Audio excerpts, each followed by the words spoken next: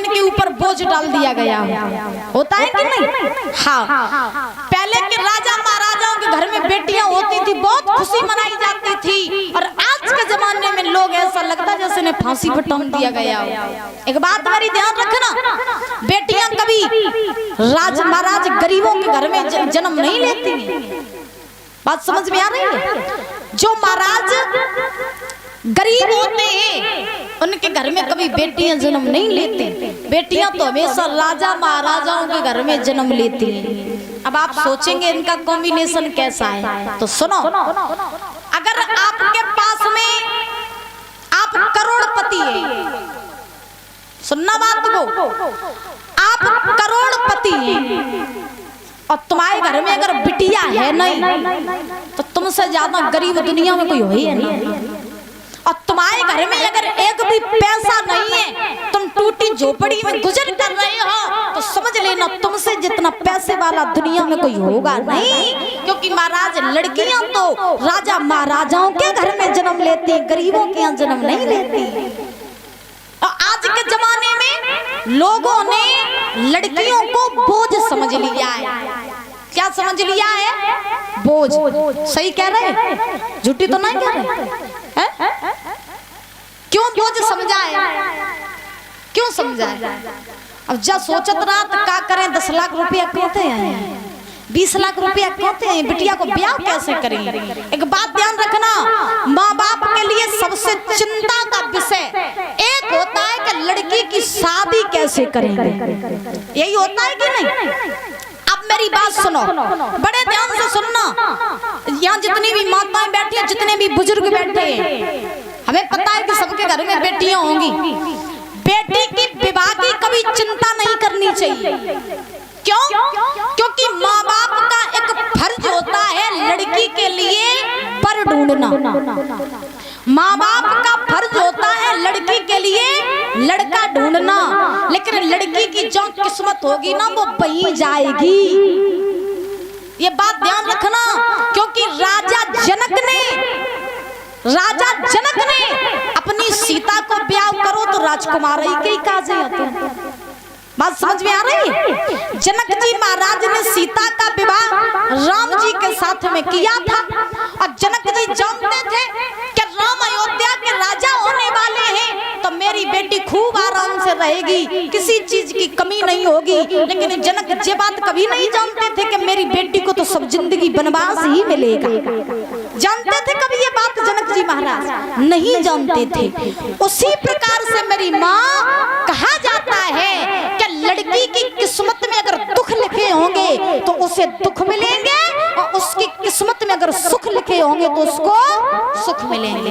अगर तुम लड़की की शादी झोपड़ी में कर दोगे तो महाराज अगर उसकी किस्मत में सुख लिखे होंगे तो झोपड़ी को भी जाकर के महल बना देगी। और तुम अगर अपनी लड़की को महलों में शादी कर दोगे लड़की की, तो अगर उसकी किस्मत में दुख लिखे होंगे तो महलों को भी जाकर के झोपड़ी बना देगी। तो लड़की की शादी के लिए चिंता मत किया करो। और एक बात और सुनो, कलयुग की सच्चाई तुम्हें हम बताएं। कलयुग की सच्चाई कैसी है? क्या सही बताए ना, तो आज के जमाने में बिटियन के चरित्र कछु ठीक नहीं चल रहे। ये बात मेरी कान खोल कर सुन लेना। और हम ये बात क्यों बोल रहे हैं? हम ये बात इसलिए बोल रहे हैं क्योंकि मैं भी एक लड़की हूँ, इसलिए बोल रहे हैं। आज के जमाने में सही बताए ना तो 100% में 90% लड़कियों के गुण अच्छे नहीं है।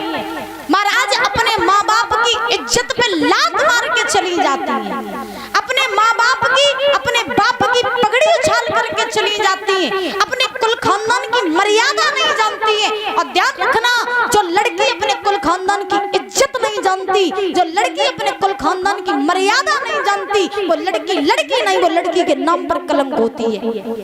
ये बात मेरी गांठ बांध लेना यहाँ जितने लोग बैठे। तो इस कारण से ना माँ बाप अपनी बच्चियों को बोझ समझते हैं। तो मेरी बहनाओं, जितनी कुंवारी बहनाएं बैठी हैं, एक बात मेरी ध्यान रखना, अगर तुम्हें लड़की का जन्म मिला है तो एक बात कहा जाता है कि लड़की का जन्म ऐसा होता है कि लड़की को हमेशा मर्यादा में रहना चाहिए, लड़की को हमेशा पर्दा में रहना चाहिए, अपने कुल के अपने खानदान के खिलाफ नहीं जाना चाहिए, अपने कुल खानदान की मर्यादा को लेकर के चलना चाहिए। वही लड़की असल मायने में लक्ष्मी होती है। और जिस लड़की ने 2-4 दिन का प्रेम किया और 2-4 दिन के प्रेम में और महाराज अपने माँ बाप को छोड़ के दूसरे के संग चली गई, अब बताओ तुम लड़की कहलाने के लायक हो? क्या इज्जत रह जाएगी तुम्हारी जब तुम अपने कुल खानदान की इज्जत पे लात मार के जाओ? एक लड़की महाराज ध्यान रखना, हमने अपने कानों से सुना, सत्य घटना बता रहे। एक बार लड़की जब भाग करके गई तो भागने के बाद में किसी ने पूछा, जी बताओ तुम अपने घर से क्या लेकर के आई हो? तो महाराज उस लड़की ने जवाब दिया, हम कुछ भी लेकर के नहीं आए, हम तो ऐसे ही चले आए। तो ध्यान रखना, किसी ने इतना सुंदर जवाब दिया कि तुम लेकर के तो कुछ नहीं आई, लेकिन तुम्हें नहीं पता तुम अपने कुल खानदान की मर्यादा, कुल खानदान की इज्जत, कुल खानदान का सब कुछ तुम लेकर के चली आई, तुम्हारे माँ बाप अब कहाँ मुंह दिखाएंगे? तो ध्यान रखना, हर लड़की का ये फर्ज है। जितने बैठे कान खोल करके सुन लेना, अपने दिमाग में फिट कर लेना। हमेशा ये बात मेरी ध्यान रखना, अगर कथा सुनने आई हो तो, और टाइम पास करने आई हो तो कोई बात नहीं, ये बात मेरी याद रखना। अगर अपने कुल खानदान का नाम रोशन न कर पाओ तो मेरी बहनाओं हाथ जोड़ करके विनती है, अपने कुल खानदान का नाम डुबाना भी मत। जहाँ हो वही रहना, लिमिट में रहना, लिमिट क्रॉस मत करना। बोलिए गोविंद भगवान की। हमेशा अपने कुल की मर्यादा लेकर के चलना। और आज के जमाने में तो महाराज फैशन ने सब दुनिया बर्बाद ही कर दी है। हाँ, आज के जमाने में महाराज फैशन ने सब दुनिया बर्बाद कर दी है। बोलिए गोविंद भगवान की। बड़े सुंदर शब्दों में महाराज विद्वान ने लिखा है, कल्पना की है। बोलो, संत तो वो मर जाए अरे नहीं, हर से ध्यान लगावे, और पंच तो वो मर जाए जो दारू पी के न्याय करावे।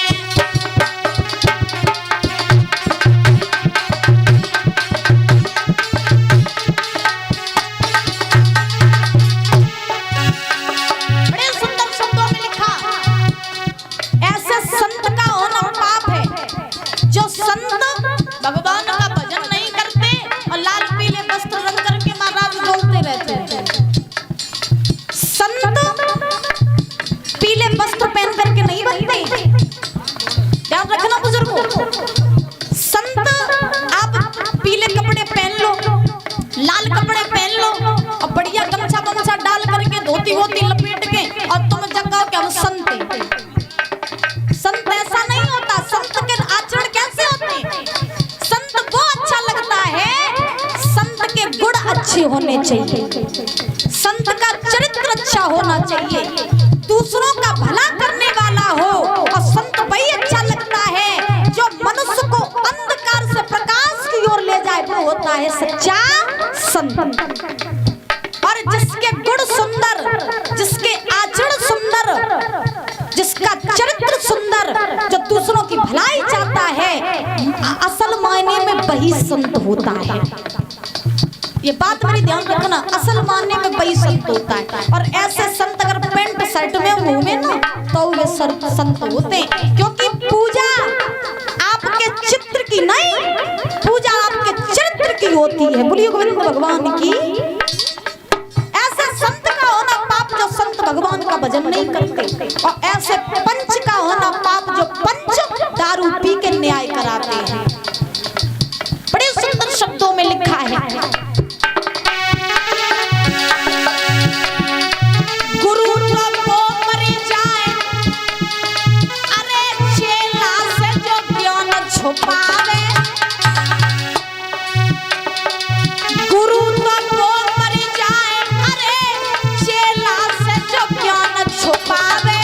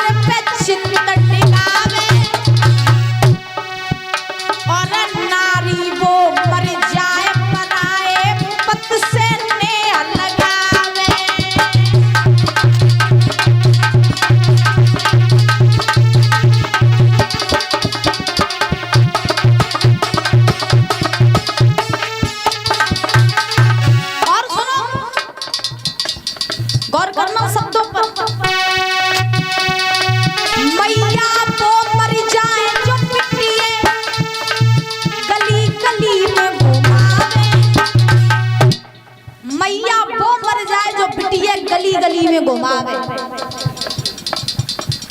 आपके घर में अगर लड़की है, गुणवान है, चरित्रवान है, सुंदर है, सुशील है, लेकिन फिर भी अपनी लड़की को कभी घर घर घुमाना, गली गली घुमाना ठीक नहीं। क्यों? क्योंकि आपको पता है कि आपकी बेटी कैसी है। माँ बाप जानते हैं बच्चों के गुण। माँ बाप को पता होता है कि मेरा बच्चा अच्छा है या बुरा है।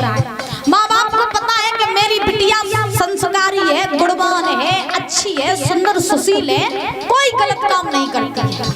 लेकिन आप ये बात जानते हैं भैया, दुनिया वाले ये बात नहीं जानते। बात समझ में आ रही है? दुनिया वाले ये बात नहीं जानते। अगर तुम्हारी बेटी घर घर में जाएगी, तुम्हारी बेटी गली गली में घूमेगी, तो जो कहने वाले होते हैं, जो गलत लोग होते हैं, वो महाराज उंगली उठा ही देते हैं। जो कहने वाले होते हैं उनको कोई रोक नहीं सकता, वो उंगली उठाते। इसीलिए अपने घर की इज्जत अपने हाथ में होती है, तो हमसे कोई कुछ कह ना पाए। इसलिए लड़की को घर घर घुमाना अच्छी बात नहीं। हम ये नहीं कहते कि लड़की को घर में ही बैठा के रखो, ऐसा नहीं करना, इससे भी पाप लगता है। क्यों? लड़की गुणवान है, संस्कारी है, पढ़ाई लिखाई में अच्छी है, उसका सपोर्ट करो, उसको आगे बढ़ाओ। क्योंकि दुनिया का काम है कहना और हमारा काम है करना। दुनिया जो कहने वाली होती है उसको हम रोक नहीं सकते। अगर 10 मुंह होंगे तो 10 बातें बनेंगी। तो माँ बाप का फर्ज है कि बच्चे के साथ हमेशा खड़े रहना, कंधे से कंधा मिला करके, और अपने बच्चे का सपोर्ट करना, ये माँ बाप का फर्ज है।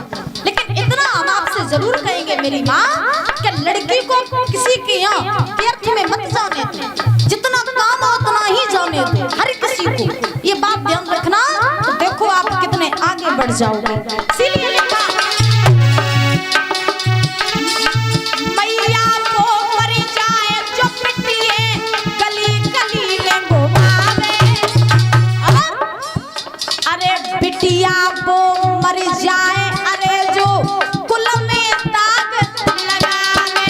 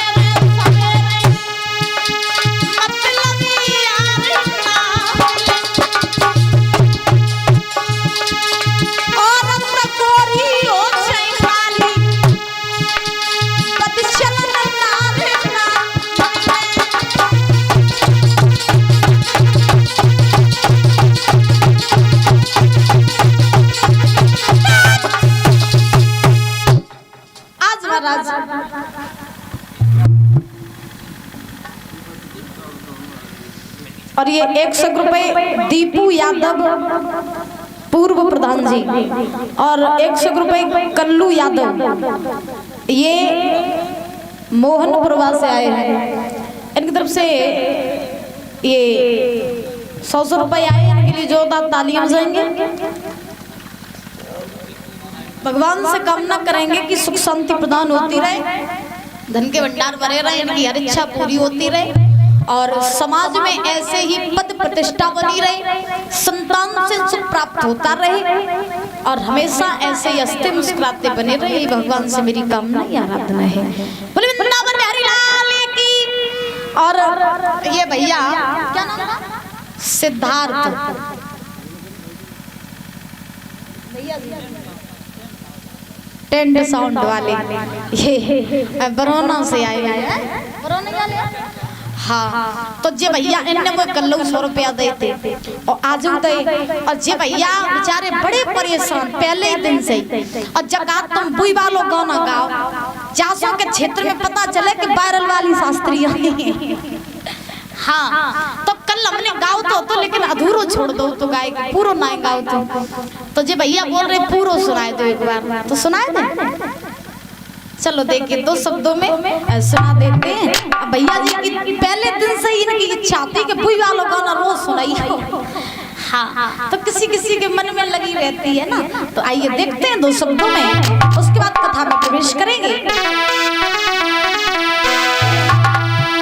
कि तू चाहे जितने कर ले सितम, ये मर्जी सब तुम्हारी है।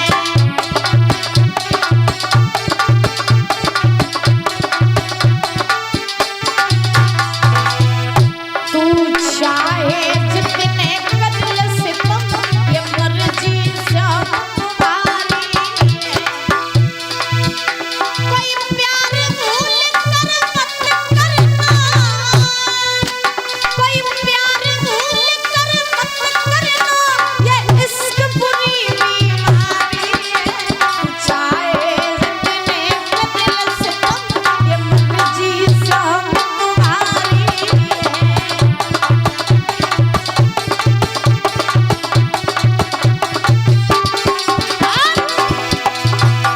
तूने प्यार का जादू ऐसा किया, सुख चैन ये मेरा छीन लिया।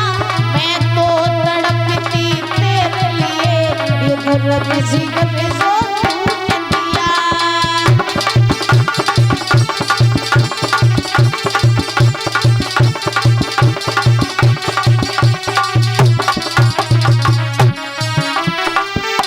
भैया दिल खून के आंसू रोता है, दिल खून के आंसू रोता है। कि दिल हमारी गरीबी है, मैं कैसे सितम को छिपाऊं तुझे, ये मर्जी सब तुम्हारी है।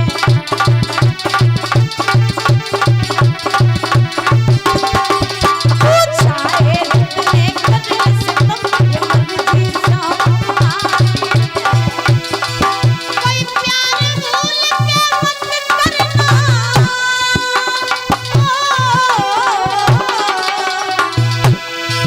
कोई प्यार भूल के मत करना, ये इश्क बुरी बीमारी है। चाहे जितने कर ले सितम, ये मर्जी सब तुम्हारी है।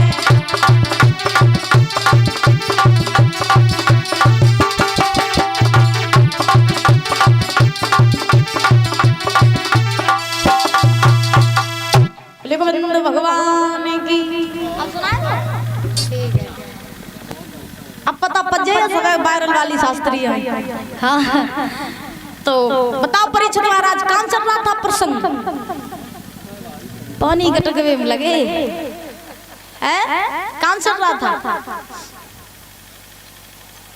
हिमाचल के। ठीक, तो आज ध्यान रखना, व्यास नंदन श्री सुखदेव जी महाराज समझा रहे हैं कि हे राजन